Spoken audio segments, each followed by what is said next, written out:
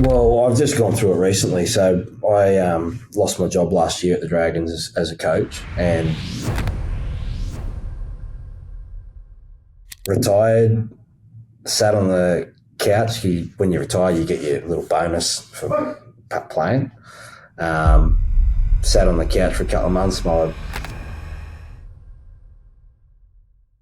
It's the traineeship that we're doing now with Indigenous First Nations people. It's not about me right now. Mm-hmm. Your identity shouldn't be relying solely on your rugby league, mm-hmm. because everyone's going to get forgotten one day. Mm-hmm. Yeah. So what plans, much like you put money in the bank,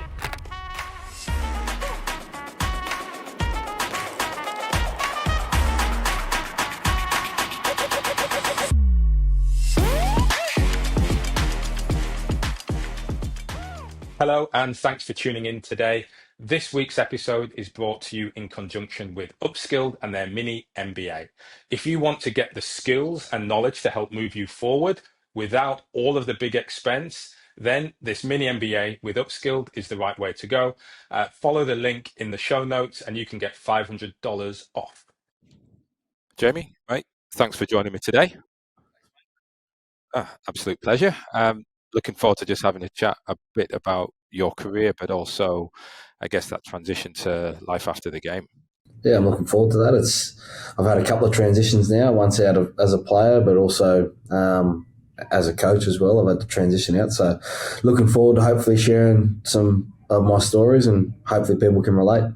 Yeah, absolutely. I'm sure they're definitely going to relate, and there's going to be a lot to take away also. And that's probably one of the bits that I really like to focus on, is just trying to understand some of those lessons. And like you say, you've had, we talk about finding second wind, you're probably onto your third or fourth in many respects. But before we do sort of kick into that, let's just get an understanding of sort of where it started for you. Where were you growing up, and what was sport for you as a kid? Yeah, I grew up in Canberra. I was born in Canberra, raised in Wagga. Always loved rugby league from the age of 4, and then played basketball, touch, and then always wanted to be an NRL player. So that dream or journey probably kick-started. Mum and Dad split when I was about 8 or 9. Went to Wagga, and Mum met my stepdad, Huey, who's been a big influence on my life, pushing me into those competitive side of life. But I always wanted to be a rugby league player. So I think along that journey, it was sort of back then when I was playing, it was like you had to know someone who knew someone who knew someone to get a trial. So I didn't really have an education or anything behind me. I left school at year 10, went straight into working in a sports store, like a Rebel store in the management section, started managing the shoe section. So I love shoes. Mum didn't want me to go back to school and do sport for 2 years. So I left year 10 and then went into work and try and chase that footy dream, and was lucky enough to sort of get a tape sent off to the Raiders, get a trial. But there was, like, you wanted to play NRL, but there was never really like a pathway like there is now. Like, it was sort of really hard in that way. Well, that's what it seems like. It's as if you really had to truly chase it. Like, you had to leaving school and thinking, right, you almost have to go full time mindset wise in order to make it back then. Yeah, well, we sent a tape and a resume, and it's Matty Elliott, who's written a successful coaching book recently. To this day, I'm the only player that sent a resume with my tape. So I sent what I was good at, what I wasn't good at, and in the tape sort of showed some of that stuff that I could work on. And, still having to work and chase a dream. Like, now we see kids chase a dream and they're like, oh, I don't want to work, I'm chasing a dream. Whereas Mum made me pay rent when I left school. So I had to pay rent, had to buy my food, and I was 16. So that taught me skills later on in life that I've been able to use to navigate my way through to now. But the dream was always in the back, like the now was more important. So whilst I wanted to play NRL, I was chasing that dream, but I had to work, and then finally got an opportunity to play in Canberra, moved back there. Then that was sort of over within a year. Right. Got the chance to come to Sydney.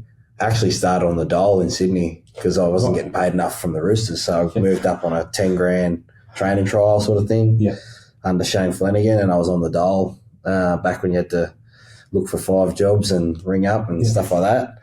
And then doing that and training, so working out ways to budget. Luckily enough, I had mum and my stepdad. I was living with him. And then I worked at Foot Locker, so I was working at Foot Locker full-time in a management role and then training every night time. Well, just thinking about that side, the work side, working the shops and stuff, how did you actually get those jobs? Just applied. Went out and applied, had a passion always for sport, needed something that was flexible, but a communication, selling things. Like I'd had that background as soon as I left school. I was working part-time, then worked full-time, and then going in and working in Foot Locker. It's customer service is a tough industry because you can never be sad or angry. Otherwise the customer can feel that. So that taught me a lot of patience, but also learning to talk to a lot of different people about their needs, wants, budget, stuff like that. Yeah. No, you're right. Certainly about the retail. I did it for about a month. I was in a similar situation. I was in France and I was looking for a job, and I worked in retail. I say I worked a month mainly because I got by mutual consent, we left after a month. So So I kind of get that vibe.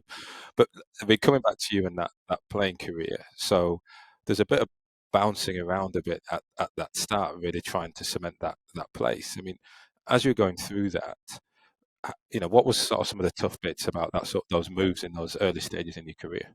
Well, when I played Jersey Fleet in Canberra, I was doing like a game development officer for touch. Mm-hmm. So you're trying to find ways to subsidise your dream and chasing that. But the focus where I think it's shifted now, where a lot of young players, their focus is so much on footy that they forget that life's actually happening right now, whereas I was like scrapping around trying to get as much money as I could, but also training. So I was living the lifestyle of full-time athlete, but it wasn't my main focus. I think that's, and I'll talk about it soon, but that's what I'm trying to do now, is realise that for young people is that great to have a dream, chase it. And you've got a foot in the door right now, but you've got to set yourself up now for other things. I was kind of lucky in that sense at that time, but I was doing game development stuff. I was working. I even applied at the AIS to clean toilets because I needed a job to help pay for petrol, rent, all that kind of stuff. So, yeah, that's right. You talk about the shift that we see nowadays with, say, younger players sort of coming through, younger athletes in general, where they're so fixated on that now and on that playing career that they really don't think about, I guess, subsidising, just mentally, not just trying to say, well, financially it's tough, so actually if I get a job. But what you did interested me is you seem to get jobs, at least in areas where it was interesting, or that's where you started. So you say like footwear or trainers, so you managed to sort of navigate jobs there and give yourself this balance.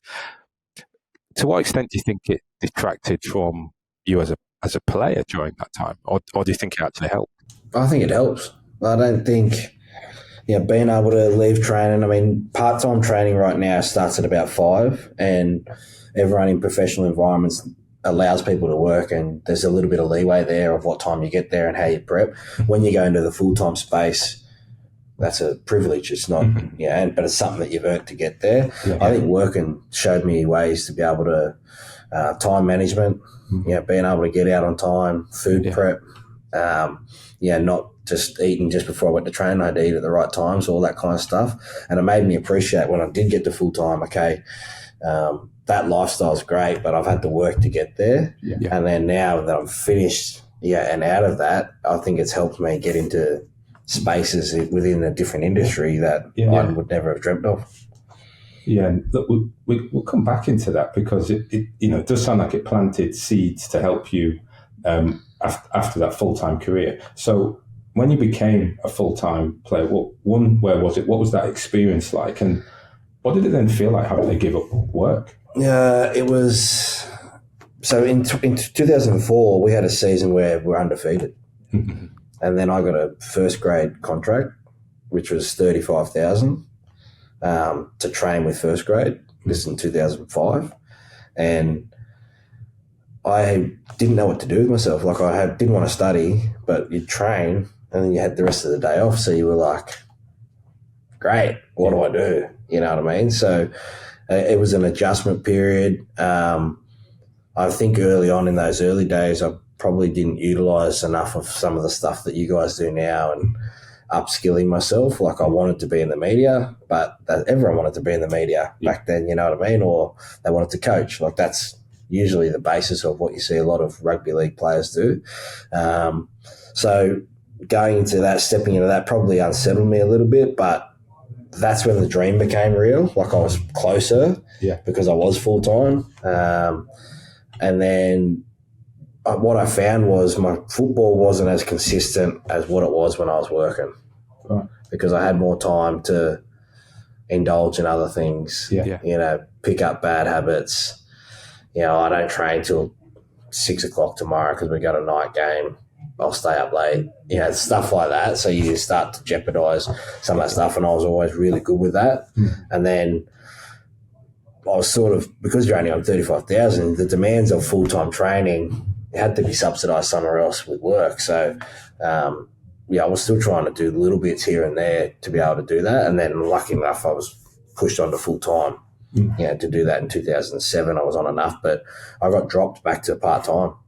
Right. So I was only training 3 days a week on a full-time salary, which was, people go, great, you don't have to do training. You're like, well, no, because my dream's now slipping away from me and I've played 15, 20 games.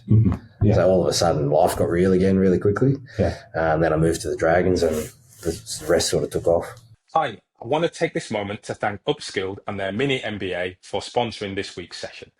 One of the great things about their mini MBA is it allows you to gain the skills and knowledge to help propel you that little bit further forward. It gets you understanding the vocabulary in the room and also gives you some of those skills to navigate the corporate career, the government career, or indeed stepping into not-for-profit. So big thanks for Upskilled and the mini MBA for sponsoring this week. And hey, check it out. Link in the show notes. You can get $500 off. Yeah. And what sort of doubts, what types of doubts came into your head? You say the dream slipping away. What do you remember as you look back? Or what would that have meant? What did that mean you had to sort of give up or go back to? Well, I've just gone through it recently. So I lost my job last year at the Dragons as a coach, and similar to when you retire, like I haven't got a huge network of study behind me or things that I was interested in, I guess. Everyone thinks that football's got lots of money. I've been through divorce and all that kind of stuff and made some bad choices along the way. So for me, last year when I got let go, I went into a panic because I was like, well, what am I going to do? And then when you sit down and you break down, okay, you look through your phone, who do I know? What could I actually do? And I was lucky enough, I reached out to Jason. I mean, probably embarrassing him because he's in the room, but yeah, he offered a traineeship through that, and I didn't have that as a player. So when you get there to full time, you think I've made it. That's not the hardest part. Hardest part's staying there. So when I got back to full part time at the Roosters, there was a part of me that was like, oh shit, like this is finished. I could be out here. So do you kick stones or do you push on? I pushed on. Ended up getting to the Dragons, had a successful career, I would think. But then when you retire, like, what do you do? And I went through that last year. So the dream was getting away, like, okay, I could be out of here, but I was able to find a way to stick on. I think that's what's helped me when I've retired and when I've lost my job coaching last year was, okay, it's not going your way at the moment. What's the dream? Well, I don't have a dream at the moment, but I have a requirement to look after my family, to look after my daughters, to show them that, okay, if we lose our job or something doesn't happen, to be able to go there. And I was lucky enough to meet Jace by chance, and I'm probably skipping ahead in the story, but I went to his meeting with a player that I was coaching because she didn't feel comfortable going by herself. And I thought, I'll go. It's an Aboriginal, identified sort of role, and I'll see what it's all about. And me and Jay struck it off really, really well, and we sat there and we probably could have just had the meeting by ourselves. And then I just said to him, if I get sacked, I might need a job, because the CEO of the club was sitting there, and at that time, I was talking long-term negotiation for staying for an extension. Right. The season happens, whatever else. Fast forward 12 months. Yeah. I'm embarrassed, ego, like, holy shit, what am I going to do? Yeah. Do I want to keep coaching? So you're ringing around trying to get jobs coaching. Is that the path for me? Do I really love it? Do I want to keep sacrificing time away from my family? Jace picks up the phone. Hey, mate, why don't you come and take this traineeship on? And people go, well, it's a traineeship. You're 40. And you're like, yeah, okay. That was the hardest part for me. It wasn't the fact that I didn't know anything about water or government or anything like that. It was the fact that I'd have to go into circles where I was seen as being successful and tell people that I was being a trainee again. Yeah. Best decision I ever made, because it humbled me. Yeah. Well, I'm interested then. We'll come back to that playing career, but I'm interested about this traineeship. And so you call it a traineeship, and like you've said, it sounds like typically we'd have a bit of a stigma of doing a traineeship, probably after the age of, I'll say, 21. You're thinking, what are you doing a traineeship for? Surely you should be doing something else. So what flipped it? You say you hit this word traineeship and thought, is this embarrassing? What should I be doing? How did you get past that? Two things. You look at the salary and you work out, okay, is that going to be enough to feed my family, to provide for that? And then the other part is, for me, I related traineeship with rookie as a footy player. Yeah. No respect as a rookie. Yeah. You've got to earn everything you get. Yeah. And once I got past the fact that I was telling people that I was in government and I was took up a traineeship, most people don't really care. It's a job, you know what I mean? So, and then when I went into the finer details about what I was doing and creating pathways for Aboriginal players in sport, in rugby league, to get them into the government, build off what my boss was helping me with, I found an avenue that actually suited me. So when you're a rookie as a footy player, it's like, shut up, talk to when spoken to, do as you're told. We don't need you, or we do need you, right? As a trainee, I quickly worked out that my experiences away from water and in team environment were quickly going to transition into this space, but not actually in the branch that I was hired as. So I spoke about weaving a path into engagement, education, communicating. That's my strengths. And being able to do that as a trainer, I don't even say I'm a trainee anymore. I just say I work for the government. Yeah. And I've been able to open doors along the way really, really quickly because of that attitude of I'm me. Yeah. And I'm learning along the way, and a lot of people don't want to listen. They want to talk. So I've just decided to listen a little bit, and that's what you do when you're a rookie, right? Yeah. So some of that stuff translates into the professional world. Yeah. But I've been able to use that to open doors, and Jace has opened the other doors for me. But we've actually worked out a really good relationship, partnership of understanding, okay, well, and Wayne Bennett was the same when I was playing, like, don't focus on what you're not good at.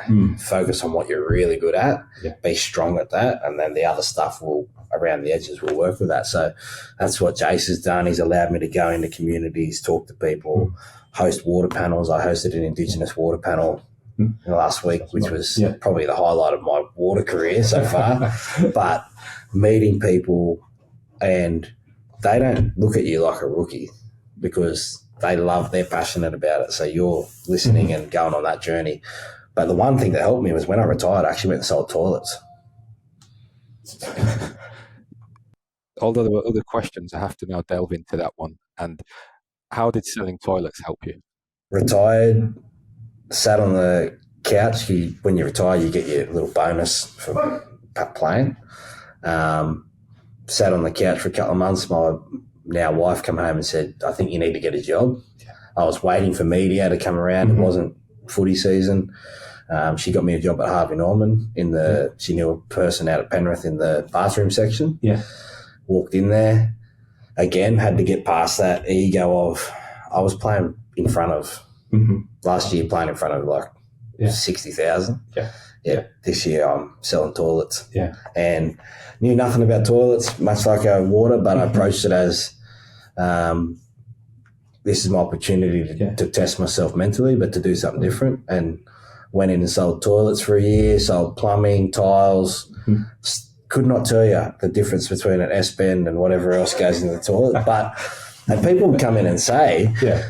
"Hey, you're not training today?" I go, "Mate, this is it. Like, I'm not going to training after selling toilets." So my claim to fame is I sold a $6,000 toilet once, a bidet, Japanese brand bidet, and I actually came out with a sense of pride, and I was like, okay, I can do this. And then once I did that, other doors started opening media-wise, and then I went into the coaching realm. But this is how the water journey's taken me on. I know my journey on water is like very minimal, but a lot of the stuff that I do communication-wise actually opens up those doors for people to get me into that space.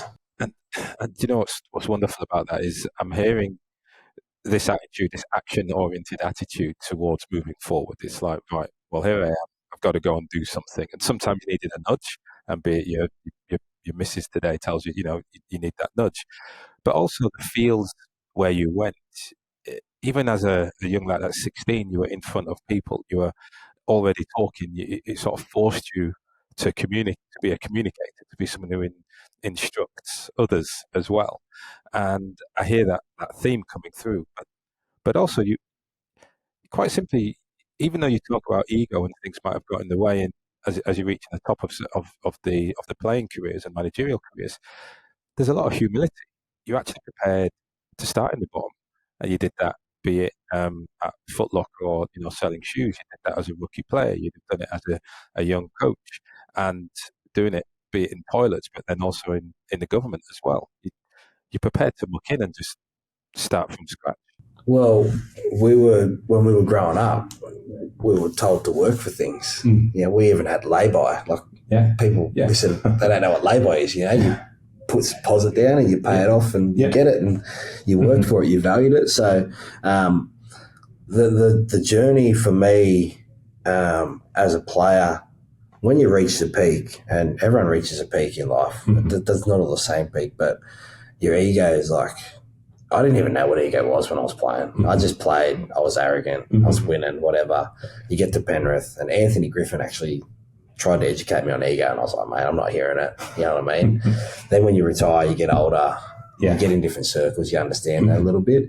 I knew that if I took the job in water, I didn't have to be passionate about it, but I had to have humility in learning and learning off what my boss was telling me, but also understanding what my strengths were going to be in that. So I don't think there's anything wrong with humility. It's what the old saying, what you get out of it is what you put in.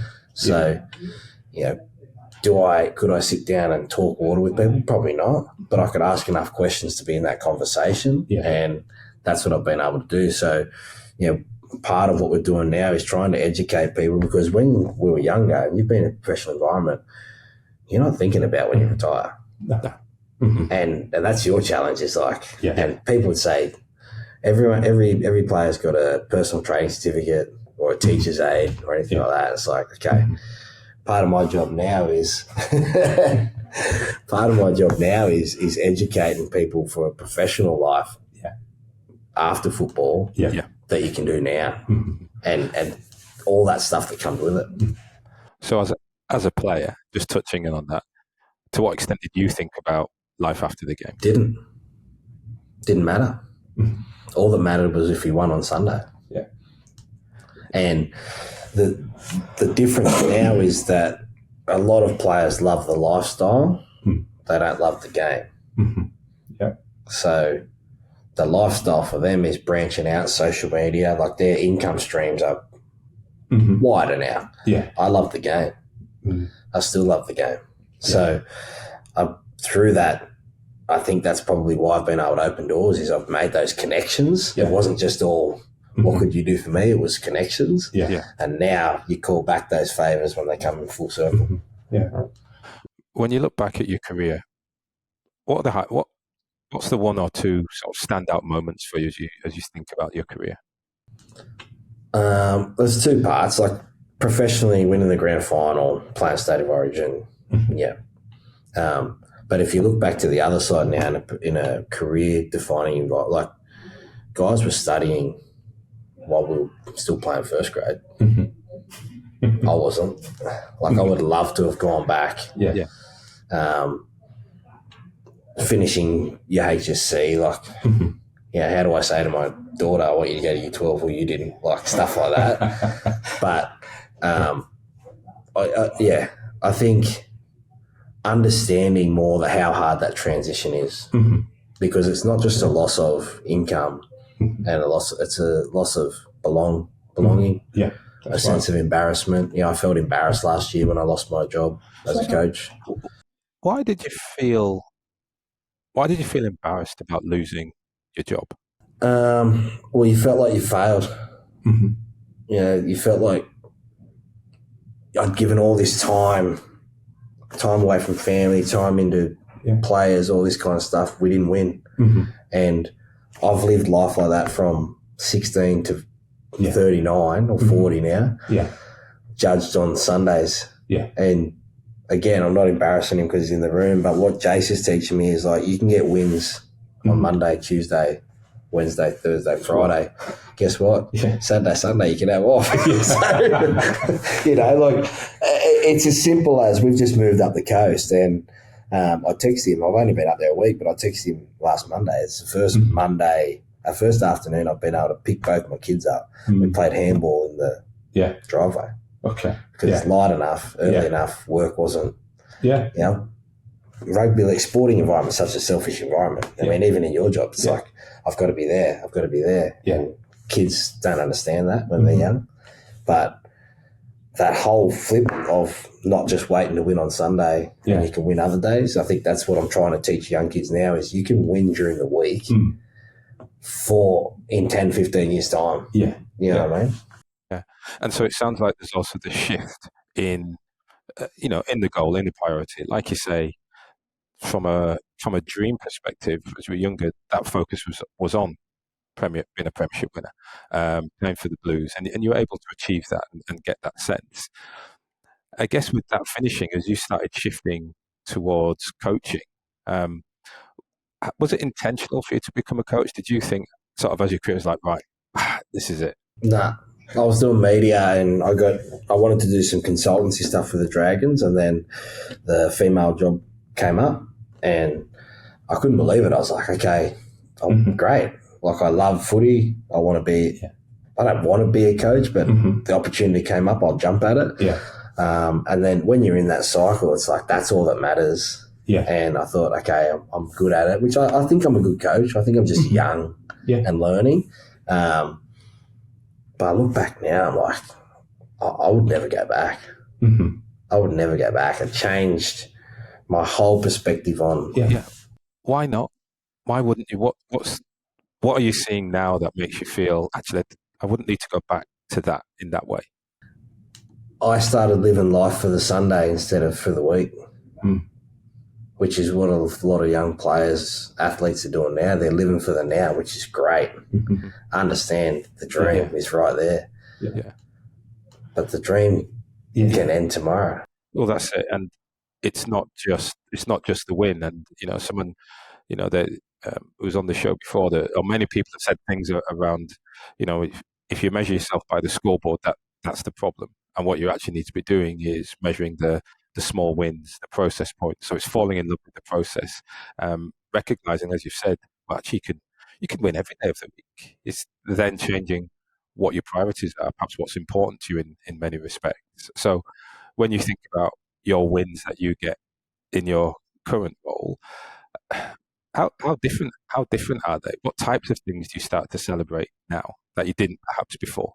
Traveling around talking to clubs this year, I've celebrated bringing people in for an interview, explaining the opportunities within government, explaining the flexibility within having someone in your role that can help explain how difficult it is. Like if you're a female or a male and you're coming into government working through our program that we're trying to get, which we will get successful in the next couple of years, is, hey, I've got to go to training early.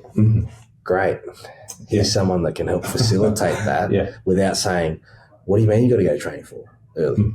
You don't start until 4 o'clock. Yeah, but I've got to get there and get physio and like all that kind of stuff, and explaining that, being that sponge, while also educating them on there's heaps of people that go to work the next day after playing footy. Yeah. Yeah. Do you know what I mean? Yeah. And they're the wins for me. Like this year, being able to I brought 4 people in for interviews, and I sort of walked in, and he doesn't know this yet, but like I was proud that I'd got someone to come to the interview, and I tried to hide it sitting in the interview, but I was more nervous than they were, the actual people there, because I was like, I don't want this person to take the piss. I don't want this person to be not a dud, but like not interested, because I've worked hard on building that relationship. They're good people like that. So that's my win now, which I never thought that. Like I was judged on if you play well, and if you win, you win. So having that and that passion for that, I think's holding me in good stead. Yeah, and that's quite a shift. Like we're saying earlier, as a player, it's somewhat selfish. It's very much, okay, it's in a team environment, but it is still about you and your own performance. And what you're describing there is this shift. There's typically, perhaps it's a maturity, but it's being proud of supporting others, of putting them in a place for them to succeed, giving them a platform almost. Yeah, well, it's the traineeship that we're doing now with Indigenous First Nations people. It's not about me right now. Yeah, it's about 15, 20 years for this program to have its own pathway to everyone to know that pathway. Yeah, that's my win, is to get that. And to do that, it's going to take a lot of work. But like you said, I'm not judged on the 20 years of what's on the scoreboard. I'm judged on, okay, how can we get this better? And when you're ringing and talking to people, how can we do this? And then you go into another environment where you're talking Indigenous water access to communities, and people are looking at you like, you're just a footy player. And you go, I was a footy player. Like that opens the door. That's the conversation starter. And then showing them what I've learned in the short amount of time and being able to hold my own in those conversations, that's a win. Yeah. So.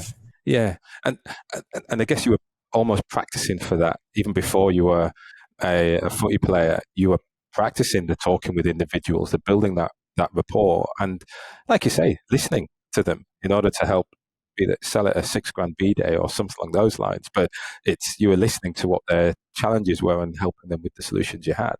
Well, a kid comes in with $150. He needs a $200 pair of boots. Yeah. He's got to close the gap by $50. Yeah. Can't give him a discount, but I need to find a solution for him. Yeah. Yeah. At $140, he saves $10. You know what I mean? So I've been learning those communication skills my whole life, and I'm putting them into practice. So talk to me a bit about the traineeship that you're working to build now. And I'm keen to understand the impact it has on the communities, or what it's trying to do there, and then also what it's doing for these individuals who you're sort of helping to recruit. Yeah, so the initial traineeship was Natural Resource Access Regulator. So it was formed in 2018. There was the massive drought in New South Wales. And essentially the short story of it is farmers were pinching water when there was no water to be pinched. So we had to find a way to monitor that, to meter that, and that's where NRL stepped in. They're like the governing body looking after making sure that's not happening anymore, and the access to water is for everyone. Not just the farmers, not just First Nations, but everyone, and having that. So when you go up to Brewarrina fish traps and you see the water and you see all the fish traps and you think that's accessible for everyone, that's what we're trying to do, is make sure that when you go into community, we understand what people are talking about in terms of their access to water, clean water, their access to fish, and what it means to Aboriginal people, because a lot of people in the bush, that's what they do to survive. That's what they need to survive. So taking on the traineeship, again, the branches off that. So when I came in, it was a pilot program, a lot about non-urban metering, making sure that the accounts are up to date, all that kind of stuff, which we've spoken about off air. But for me, weaving my way into the education and engagement part and listening to what time of year do community need water? What time of year is the best time for fish? So when you go out and talk to elders, not just one side of the elders, but elders from everywhere, and you listen to those stories, you get an understanding of the black data out there, which can help bring back to NRL and get us better data to help prepare for when there's drought, prepare for when there's going to be difficult times ahead. So that whole traineeship's, I guess, taken shape to maybe it was one avenue with branches off it. I reckon it's taken shape over the next sort of 2 years to like cover everything. There's investigations, there's different stuff, the science part, if you want to study water and all that kind of stuff, and how we make it clean and how we recycle it and all that kind of stuff. Like that's all those doors have now opened up, all because I took a chance just to get myself in that traineeship. Yeah. I mean, it's quite amazing just watching you come alive as you talk about that. There is a passion that's there for that impact that you're able to create. And I can understand now why,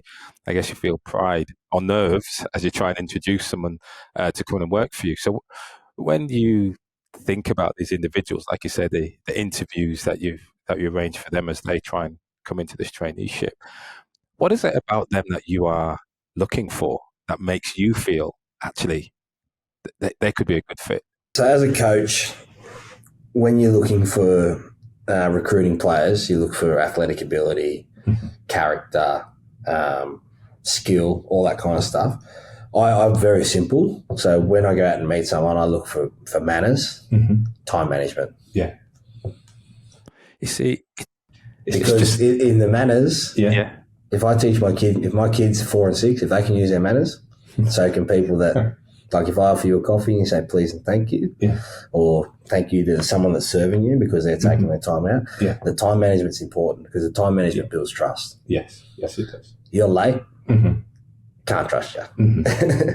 Can't trust you. So 2 very simple things will get the conversation started, because one thing about myself is as a coach, you've got to give yourself to everyone the whole time. Yeah. So if I'm going to give myself to you, you've got to just have those basics around. I can teach you the rest. I can teach you to kick a footy. I can teach you to get into those conversations, to meet people, to talk to people, hold yourself in a room. But if you don't have please and thank you and time management, it's really, really hard because you don't value that, and that means your time's more important than mine. Yeah. And I'm like, my rope's short. I don't have a long wick where I just keep going, keep going back, and you keep burning me. Once you burn me, it's burnt. Yeah. And that's okay. That's okay. Yeah. Well, you accept it. It's funny. You say it's okay. It's one of those both as a player, but also as a coach, as a manager, you set these standards and you sort of expect it. And you've brought that with you into this. You've just maintained those same sort of standards as you're in government roles as well. Yeah. And having those basic ones, you're taught from a very young age to say please and thank you. Yeah. And you forget it as you go, why? So, and I know that the team that I work within now, like the trust part of it's big, because a lot of the time you might be working remotely. Like I live in Port Macquarie, my boss lives in Corowa. Yeah. We've got to rely on each other, because with being on time and time management, that creates branches off that communication, honesty, all those good stuff that everyone takes for granted. Yeah.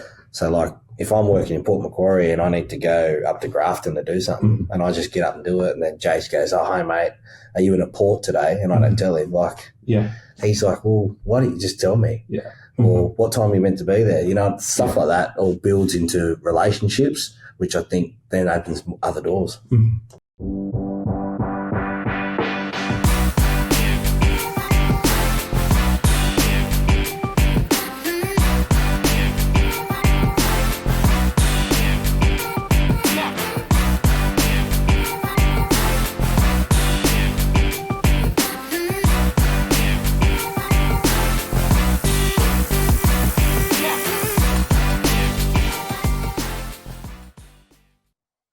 Yeah, it certainly does. Again, it's that theme that I hear all the way through as I'm listening to you, and I'm this show is very much about helping people find that clarity, that career clarity, where often they don't have it. And what you're able to describe is there's this theme that's gone all the way through. There's a competitive edge that wants you to be the best, but you're also prepared to put the work in.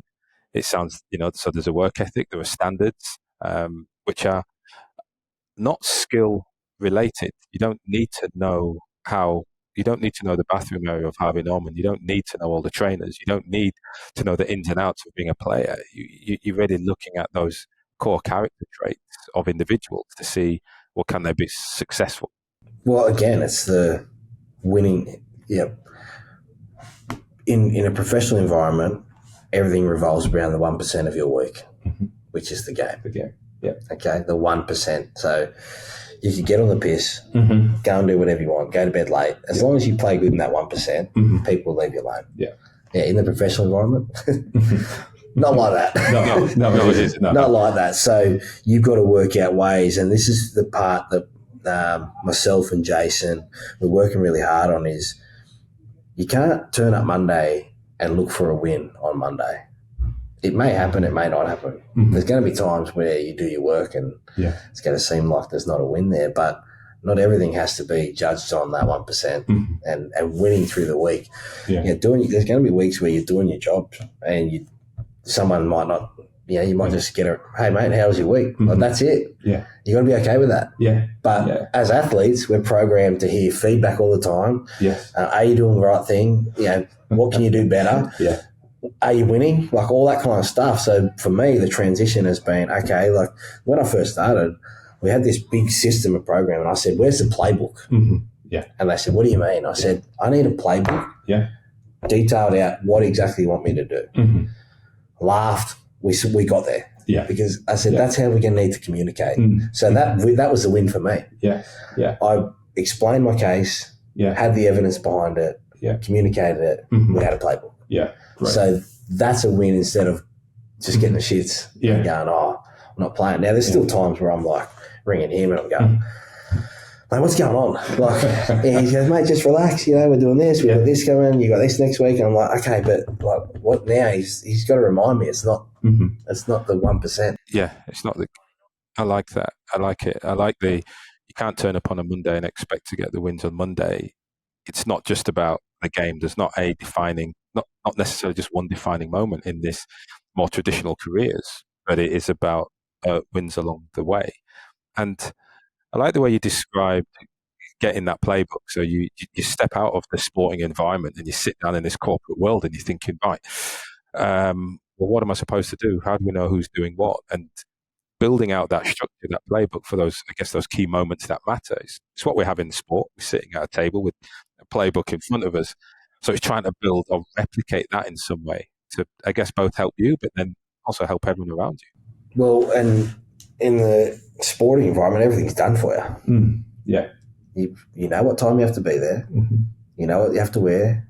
Yeah. You know what you have to eat. Like, it's all done for you right now. It's never been easier to be a rugby league player. That's it. So the hard part is the week there. So, if we got the playbook, and I know I've got a certain amount of cases to do that week, okay, he's trusting me to do it. Yeah. He's not going to be like Wayne, where you train every day and he's going to ring me and be like, mate, what are you doing? Like, he's trusting me. Yeah. And that's the same in life a little bit, is when you do retire, you lose that sense of routine and you crave routine. So for me, it's like I start at 7:30, finish at 4:30, and it's like, okay. Yeah. Waiting. He's like, relax. He's trying to tell me to relax. He's like, I said, mate, like the first week, I said, I've got to get my kids. Like, I'll be online. He goes, mate, go and get the kids. Yeah. Yeah. Like, the routine, the playbook, all that stuff has helped me get to here. The challenging part is to put all that into a professional environment where, okay, Monday, Tuesday, I'm going to make sure I get my cases done. Wednesday, Thursday, I'm going to work on the Aboriginal education part, getting profiles and players and stuff like that. And then Friday, I'm going to make sure I put that all together and present to him Friday at a time. And he might say, mate, can you do 3 o'clock? Yeah, great. Oh, no, I can't. I'm picking up the girls. All right, all good. Just call me on the way to get the girls. Like, that flexibility doesn't always happen in the sporting world. No. So meshing that all together and then educating younger people along the way is going to be my win for the next 20 years. Right. Yeah. I mean, listen, that's absolutely brilliant. What I'm hearing is knowing what you're doing. One of the key steps is, in order to make it a success, you're bringing in what demonstrates success in a professional environment, in a club environment, around people knowing what the role is, getting that playbook, communicating, understanding what's expected of one another. In the professional world, it is always punctuality and always to a rhythm. As we step out of that, then there becomes a different kind of flexibility. You still need to know your rules, but it's being upfront with, well, where you are, what you're up to, being upfront about what works. Someone says, can you do this? Like, well, actually, can we do earlier? Can we do a bit later? And being okay, that's actually okay. Yeah. And it's actually, it takes a lot to get to that point, because you sit in rooms, you sit in meetings, someone says something, you don't agree, but it's easier to say nothing. In our environment, it's not, it's a team, but you're still your own identity. So you can say something one-on-one and it be okay, or you can say something in the team environment and be okay. A lot of the times you see in video, the oldest players talk. Or the question gets directed at someone and half people aren't listening. Well, professional environment, it's all singled together as a team, whereas a team first. It's not like that in a professional environment. Sometimes you're the main person the whole time. So you've got to be able to listen, understand, absorb, but also educate yourself in that environment to say something that you feel comfortable about, or that you feel uncomfortable about. Because the one thing we don't want is people slagging us off or anything like that. But if you put your ego aside and you're willing to go after it and listen, which is what I've had to do. I know nothing about water. Right. So for me, if I walked in there and went, oh, water, it comes from your tap, all good, I've got heaps, like I'm going to look like an idiot. But if I go in there and understand, okay, communities need water at certain times of year to make sure that they've got enough fish, to make sure they're feeding their families, to make sure that they're doing women's business, to make sure they're doing men's business, cultural awareness, that kind of stuff. So what do? Well, I go into the job and Jason says, mate, I think this Aboriginal mentorship in TAFE is a course that you should do to learn more about your culture. Great. So as doing my job, I go into TAFE as well, do that. Okay, learned that. Great. What else do I need to do to learn about my culture? Well, all of a sudden I'm doing my job, but I'm not building another branch to my tree. Now I'm doing a Cert 4 in TAFE. So I'm getting the professional side of it as well, about understanding about project management, about all that kind of stuff, you know. So for me, it's like going back to being a rookie again and learning how to play first grade, even though I might know some of the first grade plays. But if I act like I know the first grade plays without listening to how this person's going to present it, well, I'm not going to be successful. So when you look at where you are today, what do you struggle with most? What's the hardest thing for you to keep on top of? Well, that's using a computer. Being hands-on, being out in the field is something that's comforting to me. You put your boots on, you go out and train. Could do that every day of the week. Making sure that I've got enough evidence to support my project is probably the hardest stuff. So making sure that when I go in and present to people, for clients, all that kind of stuff. Like recently I hosted an Indigenous water panel in the New South Wales Water Conference about how we communicate to First Nations people and what's expected when we do that, right? I was extremely nervous. Not the fact that I had to talk in front of people, but I didn't want to ask the wrong questions. So building that out and having a skeleton of questions and then putting the meat on that is what I was nervous about. So that's what I struggled with. Stressed for a couple of days, took a breath, read it, and I was like, okay, if it was a footy world, I know my job, I know I'm good at it, I know I can do it, right? So I said the same thing. I was like, I don't know the ins and outs of water just yet, but I understand that, my passion, my energy, all that stuff will get me to those places eventually. But right now, I can't be looking eventually. I've got to look at the right now. But to the point you were saying when you were quoting Wayne Bennett but you're also bringing some of those strengths with you, right? So you know you can engage with individuals, you know you can speak with people, you know you're okay being in front of audiences, and you're happy to learn. So you can use those pieces whilst you're getting the skill acquisition, whilst you're starting to truly understand what that content is. Well, they love the simplicity of my approach. That's why I ended up getting there. The bluntness of my questions. So me worrying about the skeleton of the questions, I ended up taking a different direction to the point where they were like, less is more. You know what I mean? So I was like, okay, great. So I struggle with the computer stuff, the accounts, all that kind of stuff. That's always going to be a work in progress because we didn't grow up on computers.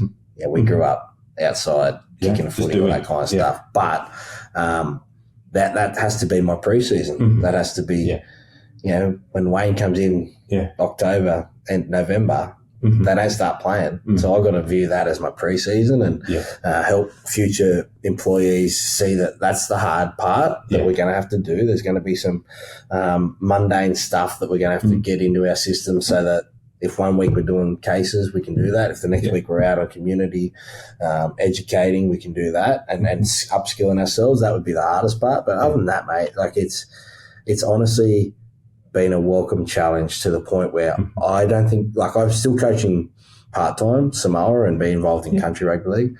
I don't want to go back to coaching. And if you had said that to me 8 months ago, and he knows the same thing, I was desperate to just have this until I got another coaching job. Right. Okay. And now I'm like, don't call me.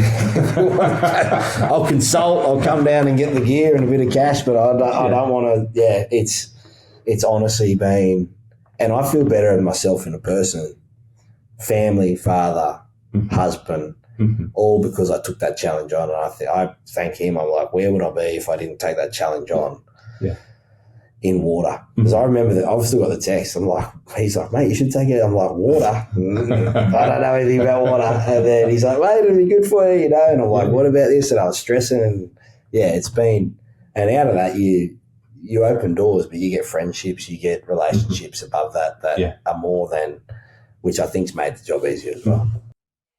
So when you think about young players coming up through the game, just getting in and making their first starts and looking at what they see as hopefully a bright future in the game themselves, what advice would you give to them about maintaining a sense of career clarity as they retire from the game?